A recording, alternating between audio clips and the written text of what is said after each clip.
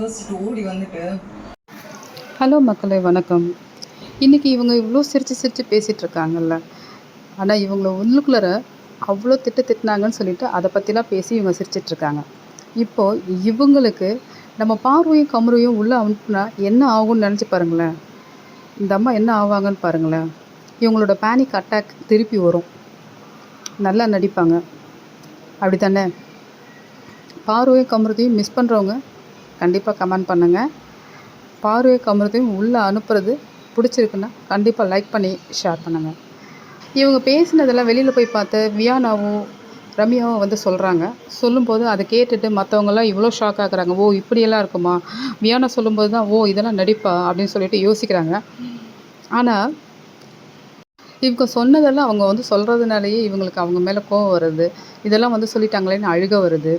கூடவே பழகின திவ்யாவை ரொம்ப மோசமாக வியானாட்ட பேசியிருக்காங்க. அதையும் வந்து சொல்லும்போது திவ்யா இவங்களுக்காக நான் பச்சை மிளகாய் சாப்பிட்டேன் அப்படின்னு ஃபீல் பண்ணாங்க.